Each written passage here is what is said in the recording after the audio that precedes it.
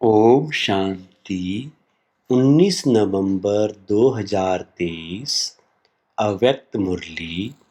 आज की मुरली के मुख्य पॉइंट्स हैं: सेवाओं के साथ साथ बेहद की वैराग्य वृत्ति द्वारा पुराने व व्यर्थ संस्कारों से मुक्त बनो।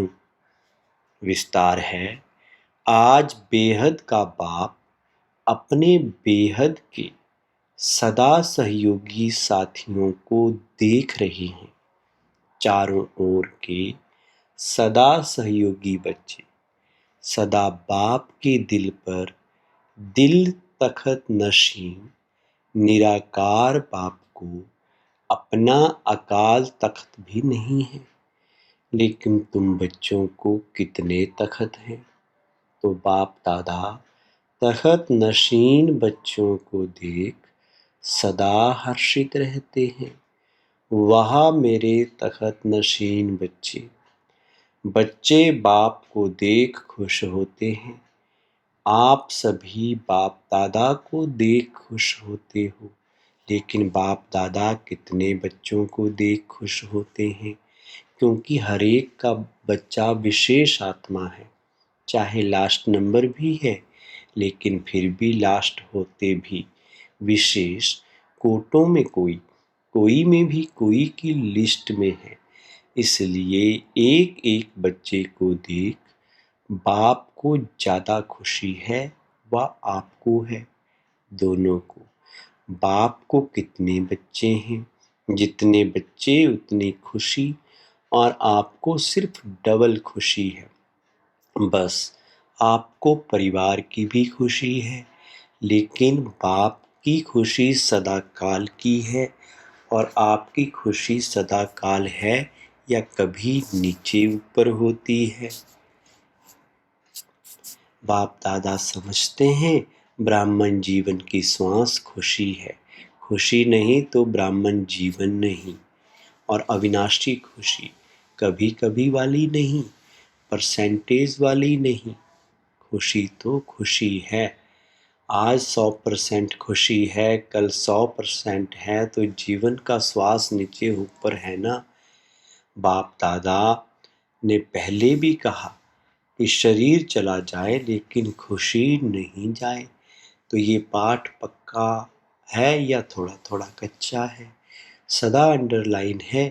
कभी कभी वाले क्या होंगे? सदा खुशी में रहने वाले पास विद ऑनर।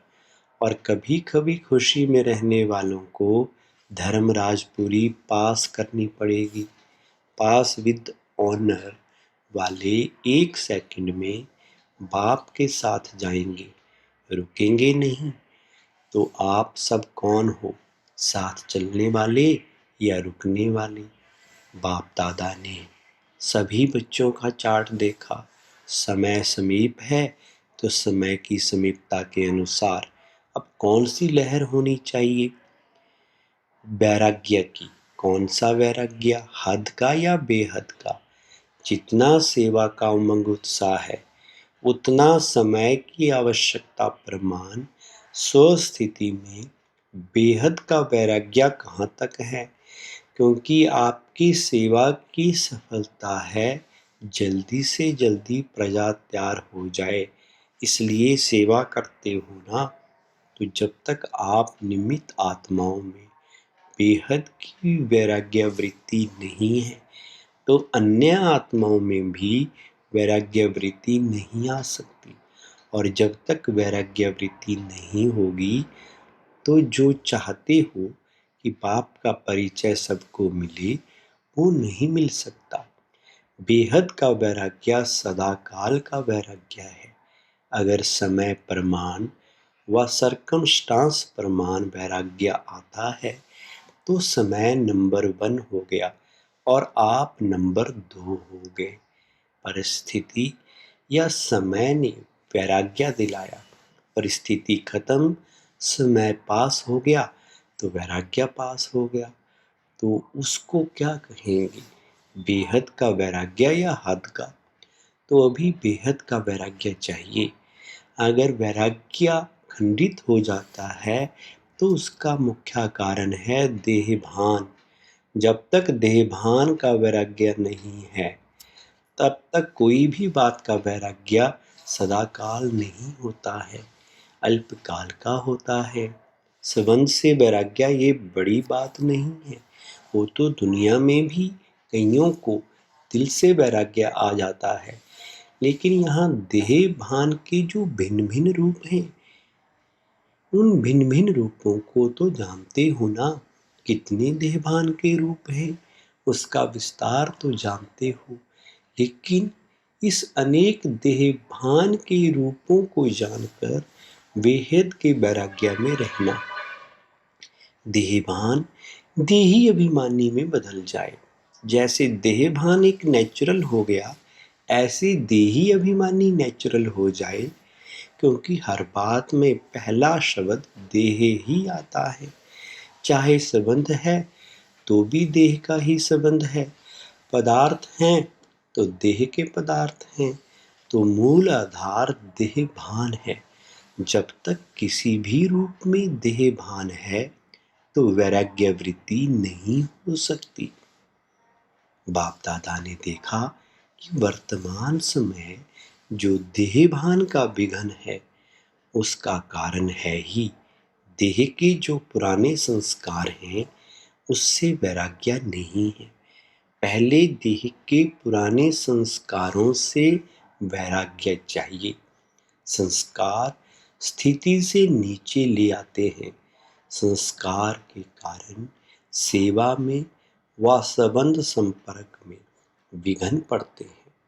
तो रिजल्ट में देखा कि देह के पुराने संस्कार से जब तक वैराग्य नहीं आया है, तब तक बेहद का वैराग्य सदा नहीं रहता। संस्कार भिन्न भिन्न रूप से अपने तरफ आकर्षित कर लेते हैं, तो जहाँ किसी भी तरफ आकर्षण है, वहाँ वैराग्य नहीं हो सकता।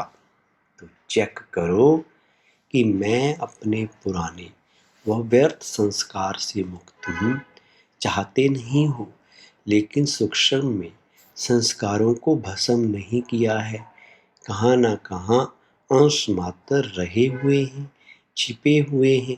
वो समय पर ना चाहते हुए भी इमर्ज हो जाते हैं। फिर कहते हैं चाहते तो नहीं थे, लेकिन क्या करें, हो गया, हो जाता है। ये कौन बोलता है, देहभान या देही अभिमान? तो बाप दादा ने देखा कि जितना सेवा का उमंग है, उतना वैराग्य वृत्ति का टेंशन नहीं है। इसमें अलबेलापन है, चलता है, होता है, हो जाएगा, समय आएगा तो ठीक हो जाएगा। तो समय आपका शिक्षक है या बाबा शिक्षक है? कौन है? अगर समय पर परिवर्तन करेंगे तो आपका शिक्षक तो समय हो गया। आपकी रचना आपका शिक्षक हो, ये ठीक है। तो जब ऐसी परिस्थिति आती है तो क्या कहते हो, समय पर ठीक कर लूँगी, हो जाएगा। बाप को भी दिलासा देते हैं, फिक्र नहीं करो, हो जाएगा, समय पर बिल्कुल आगे बढ़ जाएंगे। तो समय को शिक्षक बनाना, ये आप मास्टर रचयिता के लिए शोभता है, अच्छा लगता है? नहीं, समय रचना है, आप मास्टर रचयिता हो। तो रचना मास्टर रचयिता का शिक्षक बने, ये मास्टर रचयिता की शोभा नहीं। तो अभी जो बाप दादा ने समय दिया है, उसमें वैराग्य वृत्ति को इमर्ज करो, क्योंकि सेवा की खींचतान में वैराग्य वृत्ति खत्म हो जाती है। वैसे सेवा में खुशी भी मिलती है, शक्ति भी मिलती है, प्रत्यक्ष फल भी मिलता है, लेकिन बेहद का वैराग्य खत्म भी सेवा में ही होता है। इसलिए अब अपने अंदर इस वैराग्य वृत्ति को जगाओ। कल्प पहले भी बने तो आप ही थे, और थे आप ही हैं ना। चाहे कितने भी साधन प्राप्त हैं, और साधन तो आपको दिन प्रतिदिन ज़्यादा ही मिलने हैं।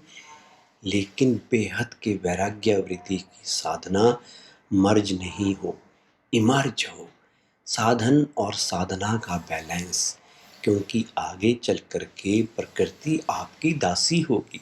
सत्कार मिलेगा, सम्मान मिलेगा, लेकिन सब कुछ होते वैराग्य वृत्ति कम नहीं हो। साधन ही नहीं है और कहो हमको तो वैराग्य है, तो कौन मानेगा। साधन हो और वैराग्य हो। पहले के साधन और अभी के साधनों में कितना अंतर है। साधना छिप गई है और साधन प्रत्यक्ष हो गए हैं। अच्छा है, साधन बड़े दिल से यूज करो, क्योंकि साधन आपके लिए ही है।